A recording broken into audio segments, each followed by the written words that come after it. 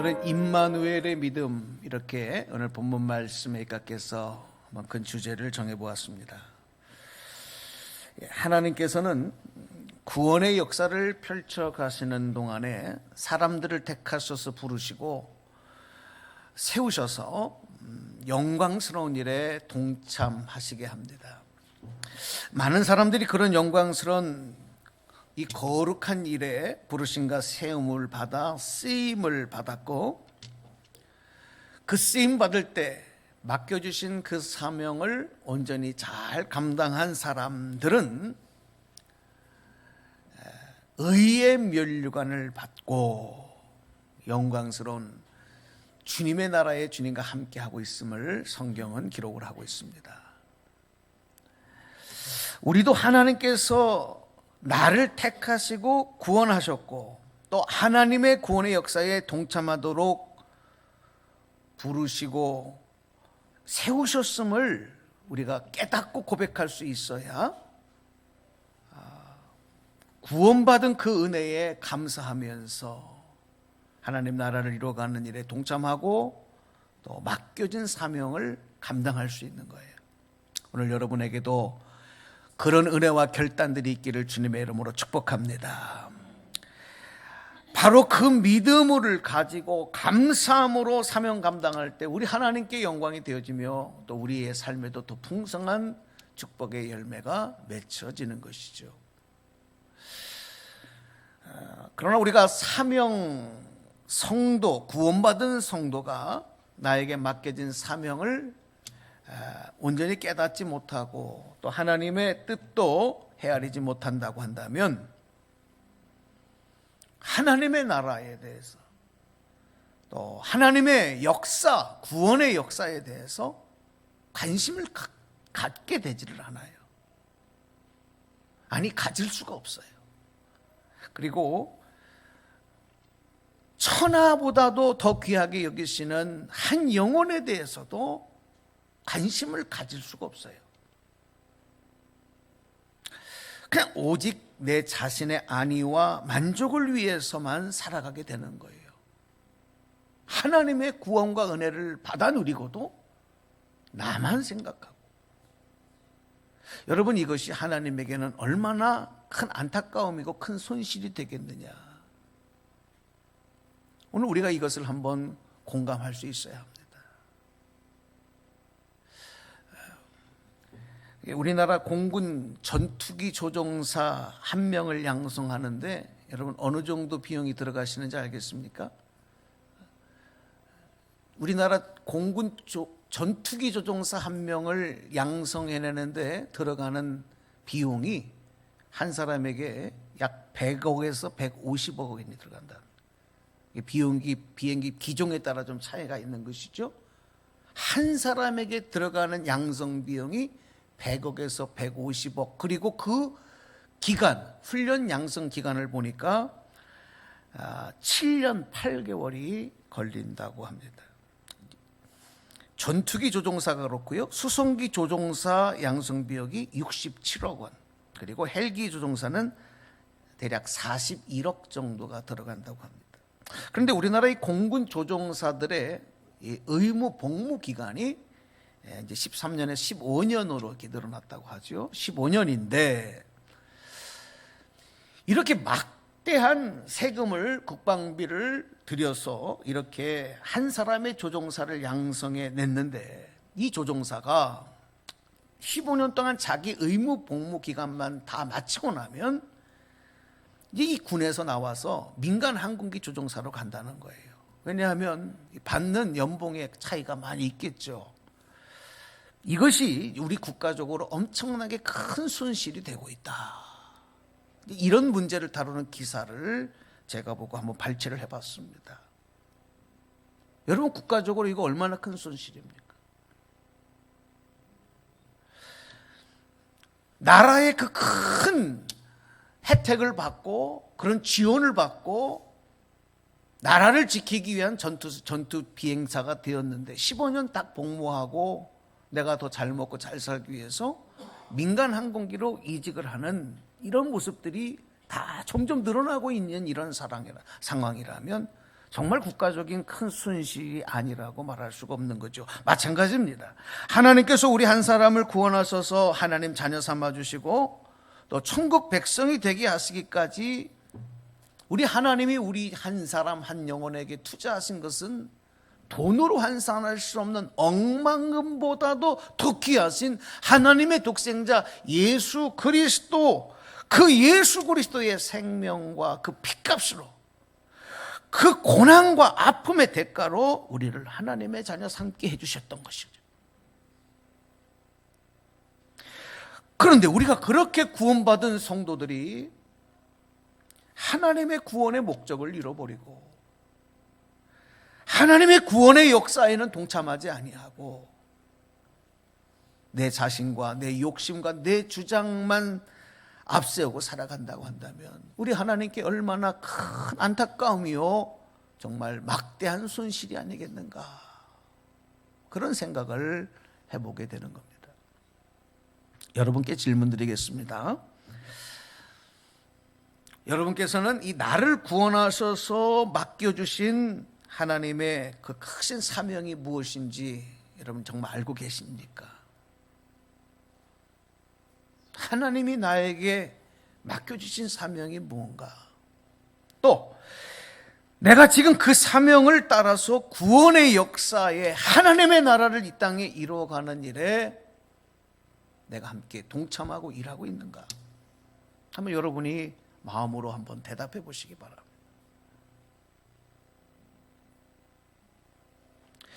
성경에 보면 하나님께서 택하시고 부르셔서 세워주신 사명을 잘 감당함으로 하나님 나라를 이 땅에 이룬 크신 역사에 큰 공을 세운 분들이 참 많습니다. 구약 성경에도 그런 분들의 이름들이 많이 기록이 되어 있고, 또 신약 성경에도 보면 예수 그리스도의 십자가의 은혜를 덧입고 구원받아 주님을 따라가는 온전한 제자의 삶을 살아간 분들이 참 많습니다. 그들을 나름대로 그 시대에 맡겨주신 영적 사명을 감당하고, 또 이 땅에 복음이 전해지고 교회가 세워지고 또 날마다 믿고 구원받는 이들이 많아지게 하는 일을 위해서 정말 자신의 안위를 생각하지 아니하고 자기의 편의를 생각하는 것보다 하나님의 귀한 사명을 위해서 자신의 주어주신 달란트, 생명, 모든 것을 주님을 위해 드리며 헌신한 분들이 참 많습니다. 그런데 여러분,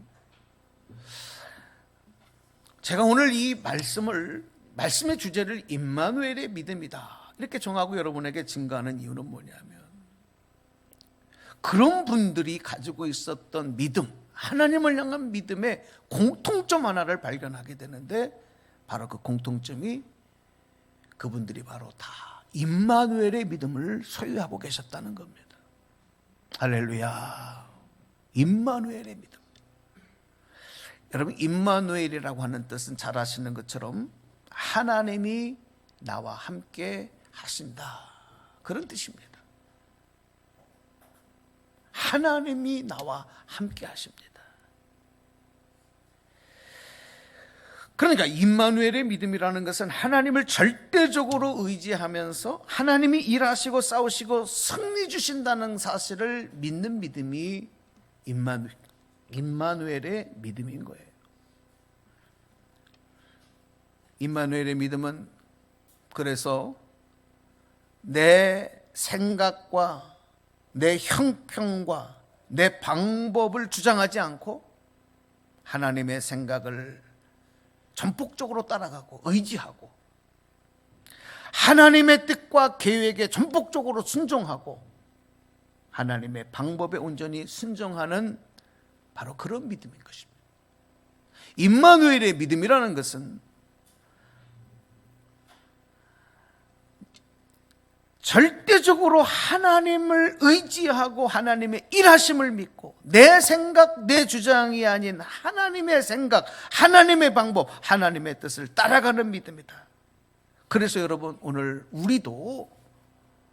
우리가 다시 한번 다 믿음을 가지니까 오늘 이 자리에 나오신 거고, 우리가 믿음을 갖고 있으니까 주님을 믿고 주님을 의지하고 살아가는 삶을 살지만 그 믿음 위에 우리 모두가 다시 한번 재무장해야 될 믿음, 여러분 임마누엘의 믿음으로 무장하시기를 주님의 이름으로 축복합니다.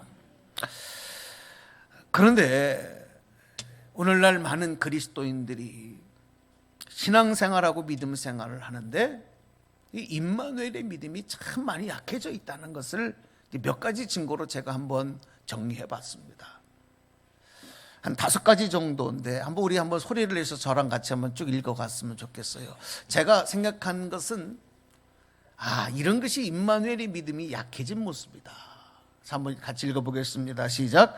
하나님을 절대적으로 의지하지 않고 세상의 다른 것들을 더 절대적으로 의지한다. 2번, 하나님이 일하시고 싸우시고 승리 주심을 믿지 않고 내가 일하고 내가 내 능력을 키워서 싸우고 내가 승리를 쟁취하려고 한다. 3번, 하나님의 말씀에 순종하지 못하고 내 생각과 내 형평과 내 방법을 더욱 앞세운다. 4번, 하나님의 뜻과 계획보다 내 뜻과 계획이 더 중요하게 여긴다. 5번, 하나님의 방법에 관심이 없고 내 방법과 내 경험과 내 지식을 더 소중하게 여긴다.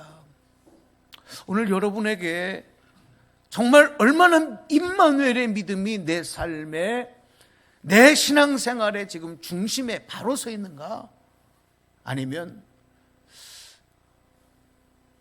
오늘 이 5가지에 좀 입각해서 보면 내 신앙생활 믿음의 임마누엘의 믿음이 너무 약한 건 아닌가? 한번 우리가 점검해 볼 기회라고 생각합니다. 여러분, 우리가 임마누엘의 믿음이 회복되고 그 믿음으로 나가지 못하면 구원받은 자녀로서의 사명 감당은 포기할 수밖에 없어요. 아니, 내가 그 사명을 감당하려고 해도 감당할 능력이 없습니다. 임마누엘의 믿음으로 무장하지 않으면 우리는 사명 감당이라는 것은 나하고 상관없는 일이 되버려요. 왜 그러냐면 우리가 살아가는 삶에 너무나 많은 어려움과 너무나 많은 고통과 너무나 많은 아픔들이, 실패들이, 강력한 대적들이 우리 앞을 가로막고 있기 때문에 그렇습니다. 그러니까 임마누엘의 믿음으로 무장하지 않으면 내 인생 하나도 제대로 살아갈 수가 없어요. 내 가정 하나도 돌아볼 수가 없어요. 그러니 어찌 사명을 감당합니까? 못하는 겁니다. 내 자신 하나도 추스리지 못하게 돼요. 임마누엘의 믿음이 없으면 너무 많은 갈등들, 너무 많은 위험들, 너무 많은 유혹들이 우리를 흔들어 놓기 때문에 그렇습니다. 세상은 점점 근심과 걱정과 한심과 두려움이 가득 차고 그 어디에서도 기쁨과 평안과 소망의 감사를 찾아보기 어려워지고 그렇게 변해가고 있습니다. 세상의 많은 것들은 점점 다 좋아지고 발전하고 있고 놀라운 변화를 거듭하고 있는데 사람들은 점점 걱정의 근심이 깊어지고 불안함이 더 많아지고 그리고 한숨만 더 늘어나갑니다. 인생의 소망을 잃어버리고 스스로 목숨을 끊는 사람들은 날이 갈수록 점점 더 많아집니다. 이런 어둠과 근심의 풍랑을 이겨내기 위해서 우리는 다시 한번 임마누엘의 믿음을 부르짖지 않을 수가 없게 되는 겁니다. 히브리서 11장에 소개되고 있는 믿음의 선진들, 우리의 믿음의 반면 교사와 같은 분들을 우리 한 분 한 분 돌아보면 그럼 그분들이 살았던 인생, 그분들이 살았던 그 시대적인 상황이 어땠느냐? 한 분도 만만한 인생을 살지 않으셨어요. 만만한 시대가 아니에요. 평안한 시대가 아니었다는 것입니다. 그 환경, 그 시대, 그들의 삶의 앞에 수많은 문제투성이었고 그리고 어려움들이 산적해 있었던 것입니다. 그런데 그분들이 다 그 모든 어려움을 이겨낼 수 있었던 믿음은 무엇이냐? 바로 그분들이 믿음의 선진으로 우리에게 소개될 수 있었던 것은 그분들 또한 모두가 다 임마누엘의 믿음으로 무장하고 있었기 때문에 그래요. 하나님이 나와 함께 하십니다. 하나님이 이 민족과 함께 하십니다. 하나님이 우리 가정과 함께 하십니다. 이 믿음이 있으면, 임마누엘의 믿음이 있으면 여러분 담대해져요. 담대해져요. 용기가 생겨요. 절망이 물러가고 소망이 생겨요. 사람들의 평가나 위협에 굴하지 않습니다. 불의와 손잡지 않게 됩니다. 어떤 어려움이 있어도, 어떤 방해가 있어도 하나님, 나와 함께 하시는 하나님 앞에 나가 하나님의 뜻을 묻고 하나님의 방법을 듣고, 그리고 그것을 깨달았을 땐 담대하게 행하는 역사들이 나타나는 것입니다. 오늘 여러분에게, 저에게, 우리 모두에게 임마누엘의 믿음, 오늘 주의 은혜로 부어주시는 은혜가 되기를 주님의 이름으로 축원합니다. 우리 찬양하겠습니다. 하나님 우리와 함께 하시오니, 주보 보시고 함께 찬양하겠습니다.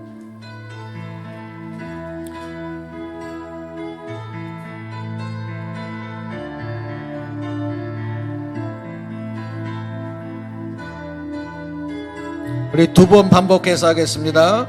하나님 우리와 함께 하시오니 주를 찬양하세. 우리가 모일 때 임하시는 주님 주를 찬양하세. 찬양 찬양 찬양 주를 찬양하세. 찬양 찬양 주를 찬양하세. 하나님 우리와 함께 하시오니 주를 찬양하세.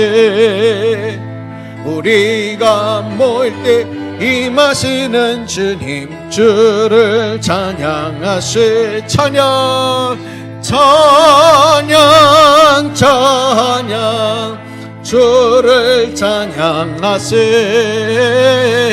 찬양 찬양 주를 찬양 찬양 찬양 주를 찬양하세. 찬양 찬양 주를 찬양하세. 아멘. 그렇습니다. 내가 하는 것이 아니라 하나님께서 하신다는 믿음은 약하고 부족한 우리를 강하고 담대하게 만듭니다. 그러나 임마누엘의 믿음을 잃어버리고 나면 우리는 부족한 인간들이기 때문에 너무 약해져요. 너무 추해져요. 비겁해집니다. 나약해집니다. 실망스러운 모습밖에 나타나지 않는 것입니다. 여러분, 골리앗 앞에 나아가는 다윗의 모습을 한번 보십시오. 바로 임마누엘의 믿음이 다윗으로 하여금 그렇게 용기 있고 담대하게 만들었습니다. 소년 다윗이 그 어마어마한 거인 대장군 앞에 비무장으로 나아갈 때 어떻게 그렇게 용기 있었을까? 하나님 나와 함께 하십니다는 바로 그 믿음이 그렇게 만든 겁니다. 그러나 그 소년이었을 때보다도 훨씬 더 이제 능력이 생기고 권력도 생기고 힘도 생긴 이스라엘의 왕이 된 다윗. 한순간 임마누엘의 믿음이 약해지고 나니까 자기 자신의 정욕을 다스리지 못해요. 그래서 범죄합니다. 하나님의 눈을 피해서 죄가 죄를 낳는 비겁한 행위를 하지요. 그래서 결국은 자기의 충복인 우리야 장군을 죽음으로 내몰고 하나님에게도 하나님의 영광도 가리는 정말 황당하고 실망스러운 그런 추악한 모습을 보일 수밖에 없었던 것입니다. 왜냐하면 다윗도 인간이었기 때문에. 여러분, 모세가 애굽의 바로왕 앞에 당당히 서서 히브리 민족을 해방해달라고 요구할 수 있었던 그 용기와 그 믿음. 여러분, 이집트의 파라오, 이집트의 바로가 누굽니까?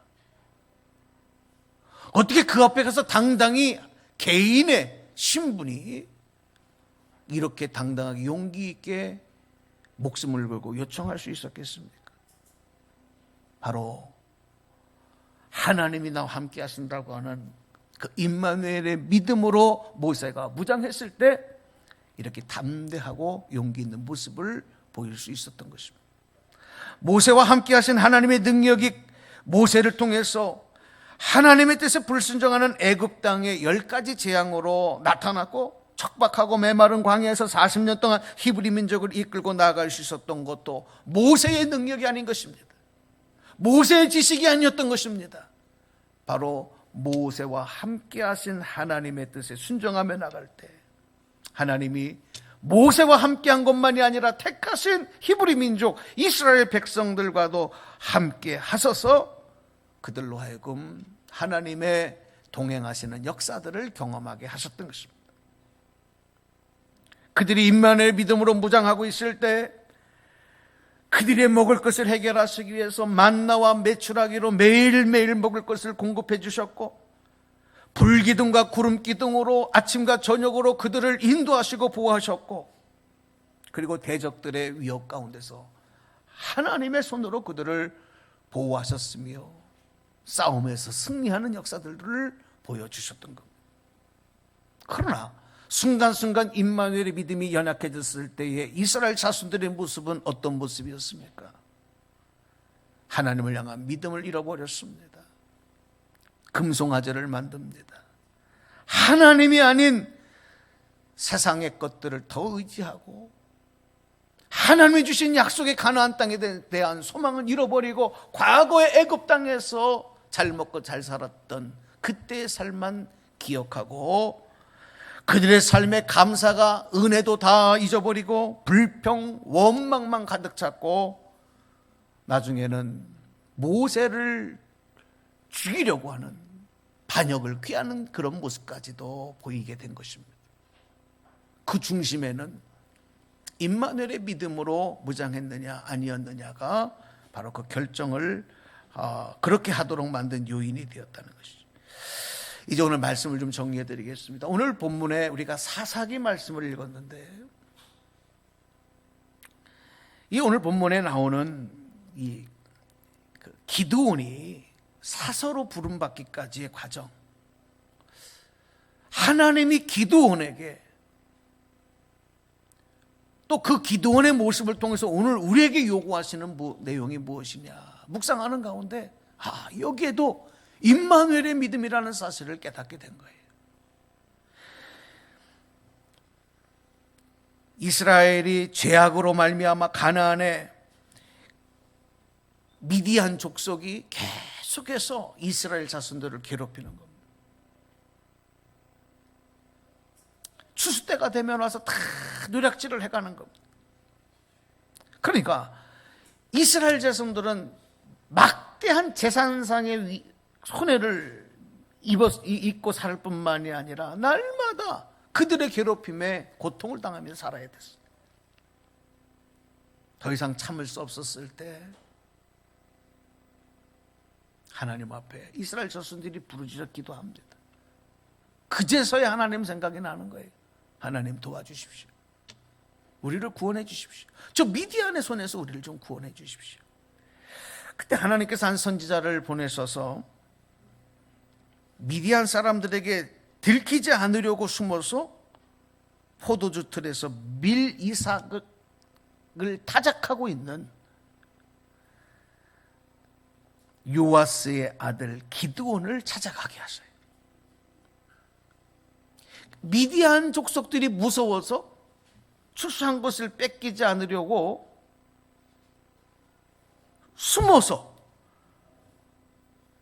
포도주 틀에서 미리삭을 지금 추수하고 있어요. 그러니까 여러분, 이게 지금 얼마나 안 맞잖아요. 그렇죠? 안 맞아요. 어쩔 수 없는 상황에서 지금 숨어 있는 겁 많은 기드온의 모습을 볼 수가 있는 것입니다. 그런데 그때 이 기드온에게 하나님께서 전하게 하신 말씀이 있어요. 자, 오늘 그 말씀을 같이 읽어드리겠습니다. 이사야 오늘 본문 사사기 6장 12절의 말씀입니다. 여호와의 사자가 기드온에게 나타나 이르되 큰 용사여 여호와께서 너와 함께 계시도다 하매. 아멘. 이 겁 많은 기드온에게, 믿음 없는 기드온에게 큰 용사여 여호와께서 너와 함께 계시도다. 하나님이 너와 함께 하신다. 그런데 이 기드온이 이 말씀을 듣고도 믿음이 생기지 않아요. 여러분, 믿음이 그렇게 금방 생기는 게 아니잖아요.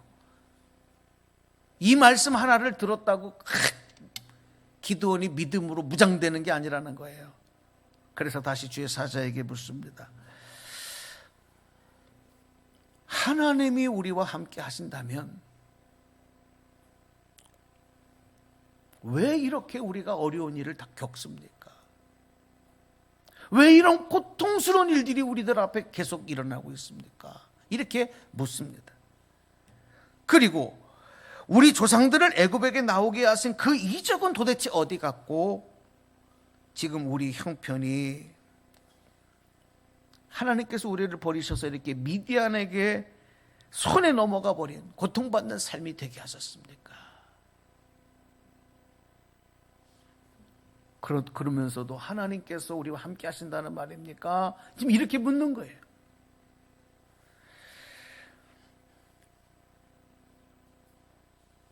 여러분, 기드온은 하나님이 함께 하시고 구원하신다는 이 계획에 대해서 대단히 회의적이었어요.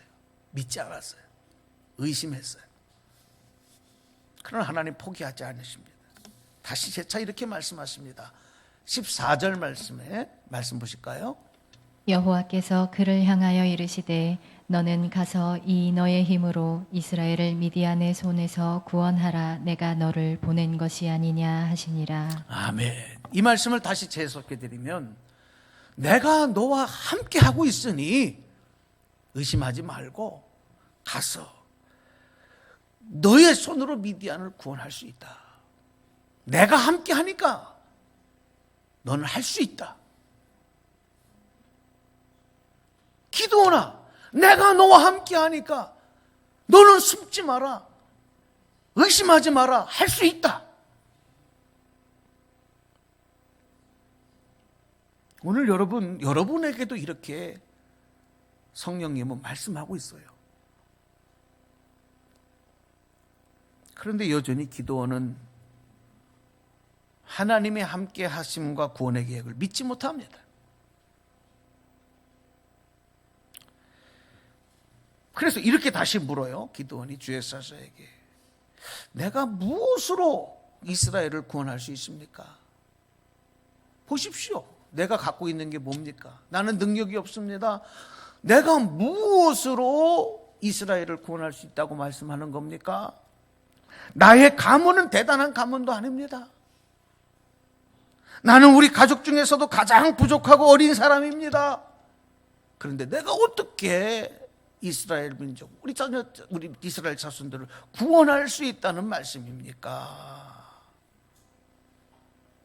여러분, 기도를 통해서 내 자신이 보이는 분들도 계실 겁니다. 오늘 우리가 하나님 앞에 이렇게 반문할 때가 많지 않습니까? 내가 도대체 내 능력으로, 내 재주로, 내 지식으로 무엇을 할 수 있겠습니까?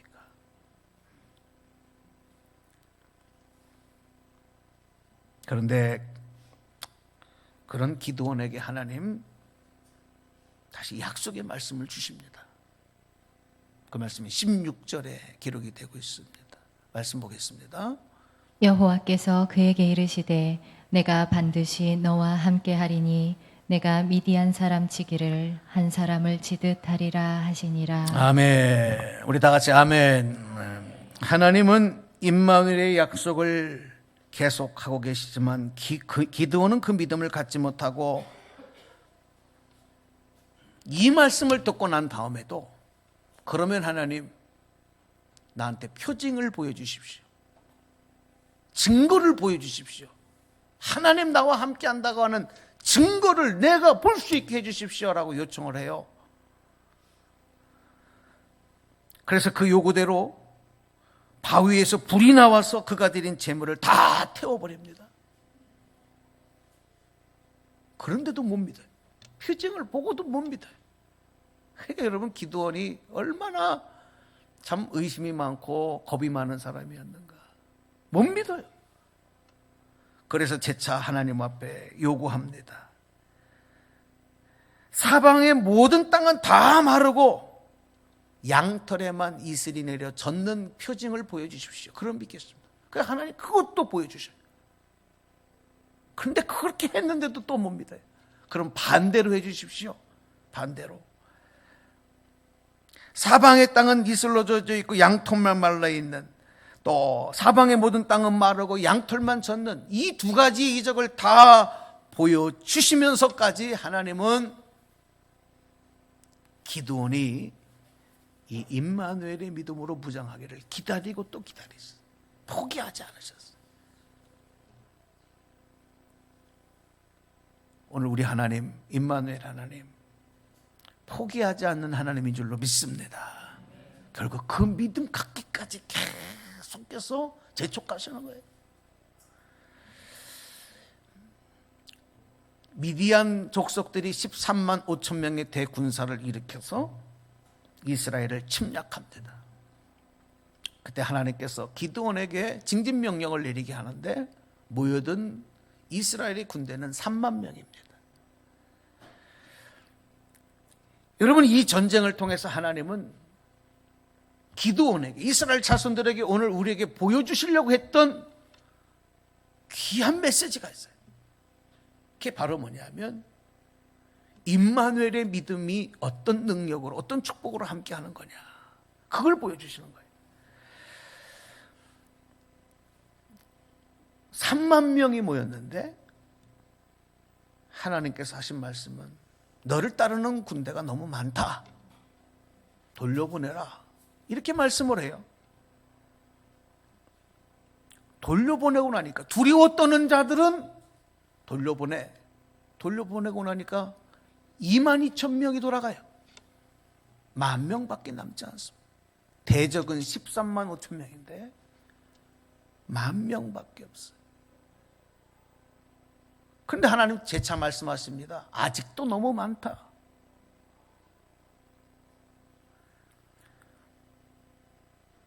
그러면서 그 10,000명의 군대들을 물가로 이끌고 가도록 합니다. 그래서 이 군사들이 너와 함께할 사람인지 아닌지를 시험하도록 하겠다. 그 시험의 조건이 물을 손으로 떠서 그 물을 개처럼 핥아먹는 사람, 아니면 그 강가에 무릎을 꿇고 얼굴을 물속에 담그고 물을 마시는 사람, 이렇게 두 부류로 나누도록 해라.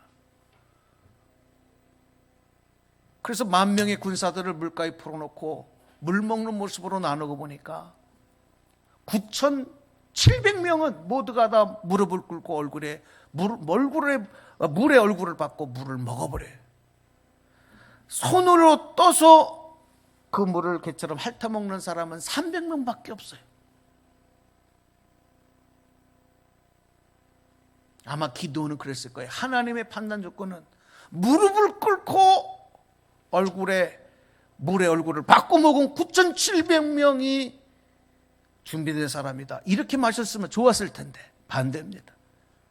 개처럼 물을 핥아먹은 사람 300명이 너와 함께할 자다. 9,700명은 돌려보내라.